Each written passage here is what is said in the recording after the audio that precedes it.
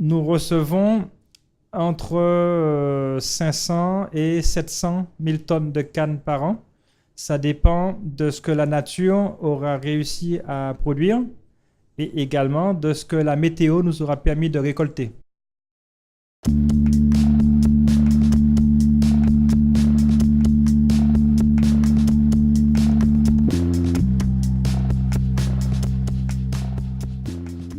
La réception saccharimétrique, un échantillon est pris dans un chariot de canne.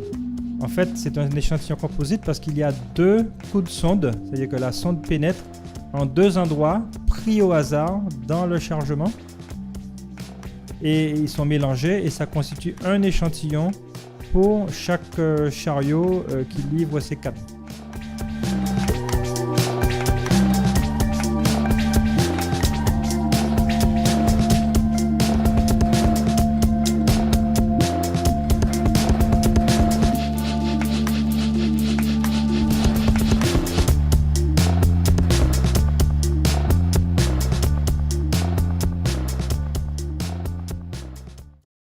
La canne est un matériau assez dur. Pour en extraire le jus, on va défibrer complètement la canne. C'est qu'on va séparer les différentes cellules végétales qui la constituent pour qu'on puisse plus facilement extraire le jus contenu dans ces cellules végétales.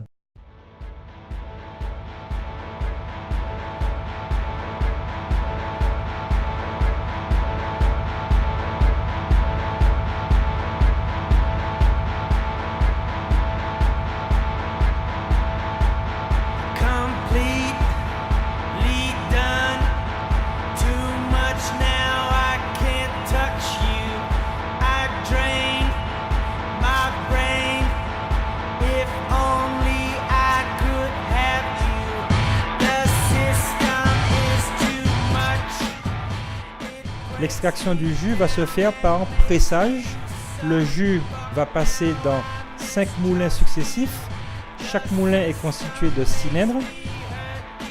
La canne hachée défibrée passe entre les cylindres. On recueille le jus. On réimbibe à chaque fois la canne avec un peu de jus dilué avec de l'eau. Et au dernier pressage, juste avant, on ne met que de l'eau chaude pour faciliter l'extraction du jus.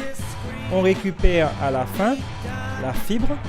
Cette fibre s'appelle la bagasse et elle va servir de combustible à la compagnie Technique du Moule qui fera de l'électricité.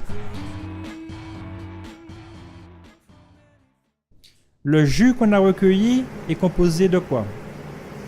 Il est composé d'eau, de sucre et de non-sucre. Ce que la sucrerie va cristalliser, c'est uniquement le saccharose. Donc tous ces non-sucres, il faut les enlever du jus pour qu'à la fin, il reste le saccharose. Cette étape s'appelle l'épuration. On va introduire dans le jus un peu de lait de chaux. Il va se former des précipités. Ces précipités sont solides. Les bouts, on va les filtrer pour ne sortir de l'usine que la matière sèche qu'on appelle les écumes. Et les écumes, c'est très nutritif pour les sols parce que ça contient beaucoup de matière organique, plus la chaux qu'on a ajoutée pour l'épuration.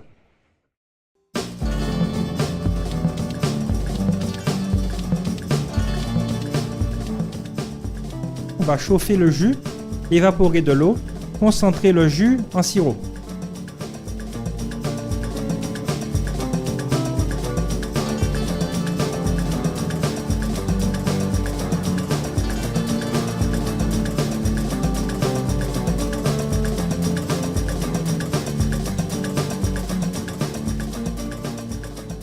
Maintenant qu'on a ce sirop, il faut passer le saccharose de l'état de solution à l'étape cristallisée.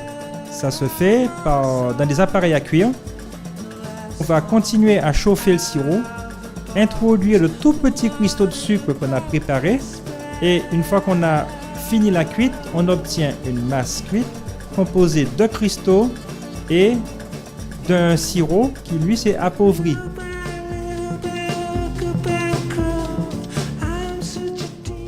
Et ensuite, on va passer à l'étape de turbinage où on va séparer les cristaux de l'eau mère par centrifugation.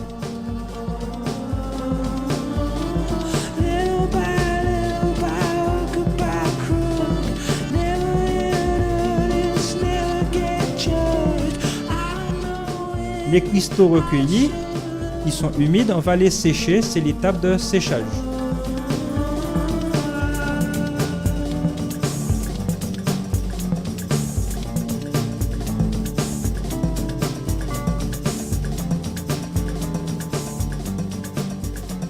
Il y a une partie qui est pour la consommation locale. Donc les sucres que vous retrouvez en grande distribution, les petits sachets verts. Et aussi, on fait des sucres pour les industriels locaux. Les gens qui fabriquent des jus, les gens qui fabriquent les pâtissiers, ceux qui fabriquent des glaces. Donc là, on les vend en sac de 25 kilos ou en big bag de 1 tonne. Donc ça représente environ 5000 tonnes. Et ensuite, on exporte du sucre. Alors, on exporte du sucre dans la Caraïbe.